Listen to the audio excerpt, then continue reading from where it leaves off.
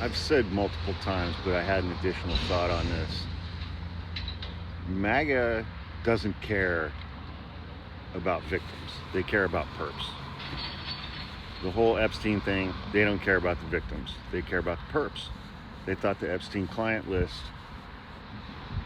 was going to be populated exclusively by Democrats, Hollywood lefties, people on the left, and that was going to be their source document for mass arrests on the left. They don't give two shits about the victims. They don't care about the victims at all. They care about the perps. If it's a Christian, an evangelical, they let child SA slide, man, and they give forgiveness. But ask them to show forgiveness or grace or anything like that towards any member of the LGBTQ community who's never committed any crime whatsoever, and that's a step too far. That's a step too far. We don't know Laken Riley's name because she was horrifically murdered. We know Laken Riley's name because she was horrifically murdered by an undocumented immigrant. They do not care about victims. They care about perps. And if the perp is on their side, well, they're an imperfect vessel.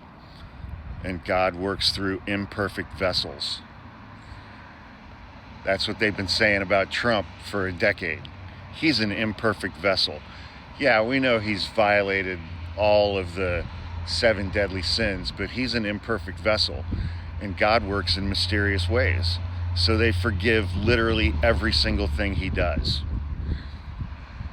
Every single person I've seen in politics, on right-wing media, on TikTok, who is defending or minimizing the fact that Donald Trump's name appears throughout the Jeffrey Epstein file multiple times, has loudly proclaimed their evangelical Christianity, because God works in mysterious ways and he works through imperfect vessels.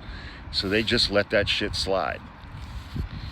They just let it slide because they only care about the perps. If the perps are Democrats, as they think is the status of every single person on the Epstein client list, well, then they have to be prosecuted and sent to prison for the rest of their lives.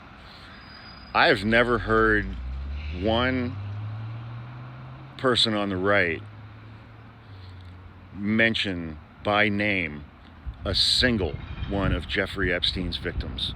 Not one. Not one time. Not ever. All I hear him talk about is who did it, who Jeffrey Epstein was connected to. And they totally gloss over the fact that Donald Trump was his best friend for 15 years. And I mean, I heard Tim Miller say this earlier this week. A lot of them, they're like, well, Trump was working on the inside. He was working undercover. He's going to bring him down from the inside. He was inside that inner circle for 15 years. He didn't do one goddamn thing. Now, an interesting thing that I heard this week from author Michael Wolff, and I have very mixed feelings about Michael Wolff, but that dude did manage to get over 100 hours of recorded interviews with Jeffrey Epstein. And Michael Wolff said this week, so Trump and Epstein had their falling out sometime around 2003, 2004 over a real estate deal.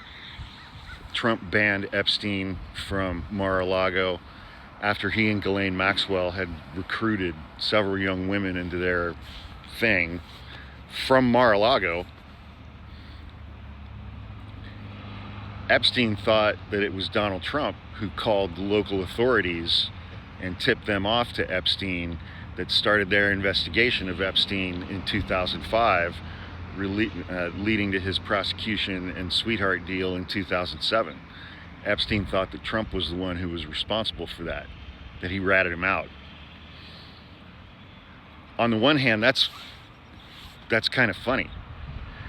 On the other hand, that would totally feed into those conspiracy douchebags' belief that Donald Trump was working on the inside to bring him down. So part of me kind of hopes that's not true, but they don't care about the victims. They care about the perps every time.